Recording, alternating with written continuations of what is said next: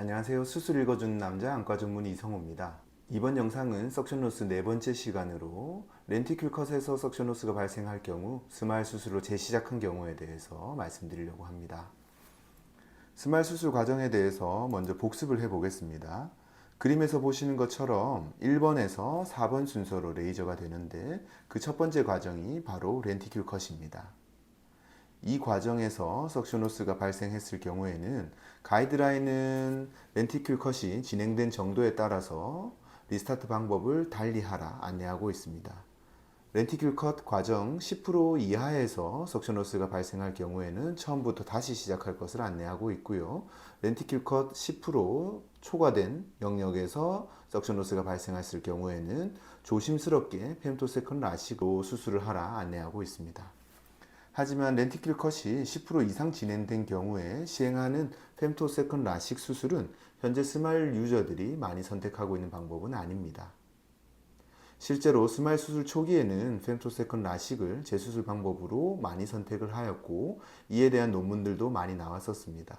현재는 기술과 술기의 발전으로 렌티큘 컷에서 석션로스가 발생했을 때 진행 정도와 관계없이 스마일 수술을 처음부터 다시 진행하는 것을 선택하는 것이 일반적입니다.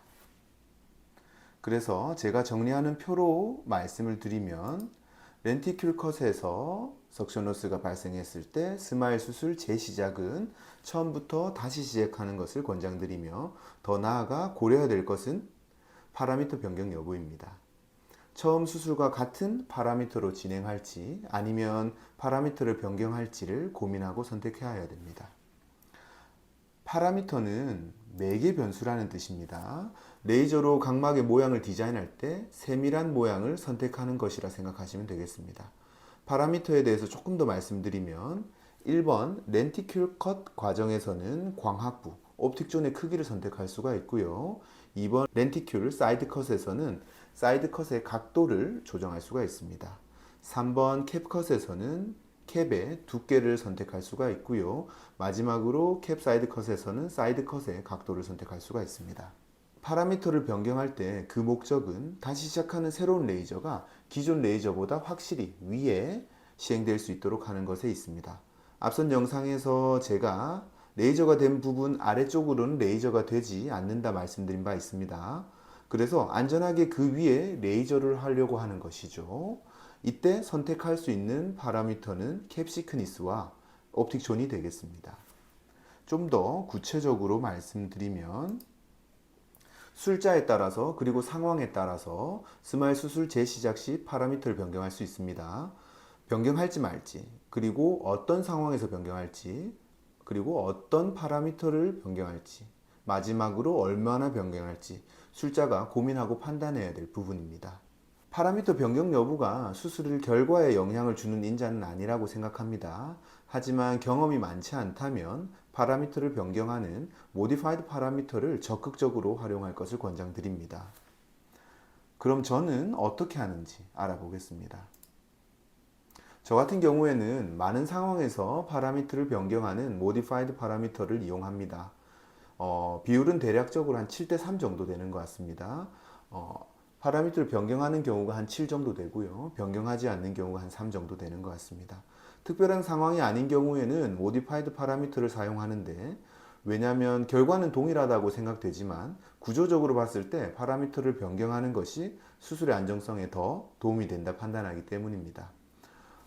어떻게 변경하는지에 대한 저의 기본형은 캡 시크니스는 120 마이크로에서 100 마이크로미터로 줄이고 옵틱존 같은 경우에는 6.5가 기본값인데 6.3으로 줄이는 방법을 선택하고 있습니다.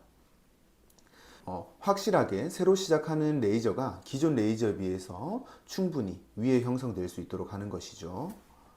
이를 기본형으로 하고 상황에 따라서 조금씩 변화를 주면서 모디파이드 파라미터를 운영하고 있습니다. 석션 로스 케이스 중에 모디파이드 파라미터 기본형으로 수술한 케이스 영상을 같이 보시겠습니다.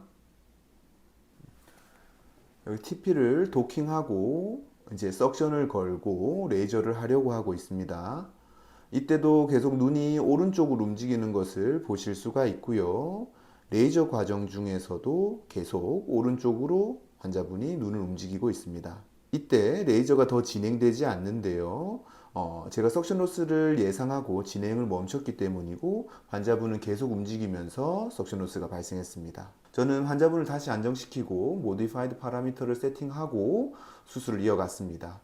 앞서 말씀드린 대로 캡 시크니스는 120에서 100으로 옵틱존은 6.5에서 6.3mm로 변경을 하고 수술을 진행하였습니다. 석션 후에 레이저를 시행하고 있습니다. 지금 현재로는 광학부를 줄인 상태이기 때문에 기존 레이저보다 안쪽으로 레이저가 되고 있습니다. 다시 할 때는 환자분의 협조도가 아주 좋으셔서 특별한 문제 없이 레이저와 수술을 마칠 수가 있었습니다. 다음날 환자분의 눈 상태와 결과도 특별한 문제 없이 아주 좋았습니다. 오늘 내용은 일반 분들에게 아주 어려운 내용이 아니었을까 합니다. 이 내용은 저를 포함한 의료인들이 환자분을 진료하고 수술할 때 생각하고 고민하는 부분들 중에 하나라 생각해 주시면 감사하겠습니다. 내용이 시청자분들에게 조금이라도 더 도움이 되셨으면 좋겠습니다. 다음에는 더 유익한 내용으로 찾아뵙도록 하겠습니다. 감사합니다.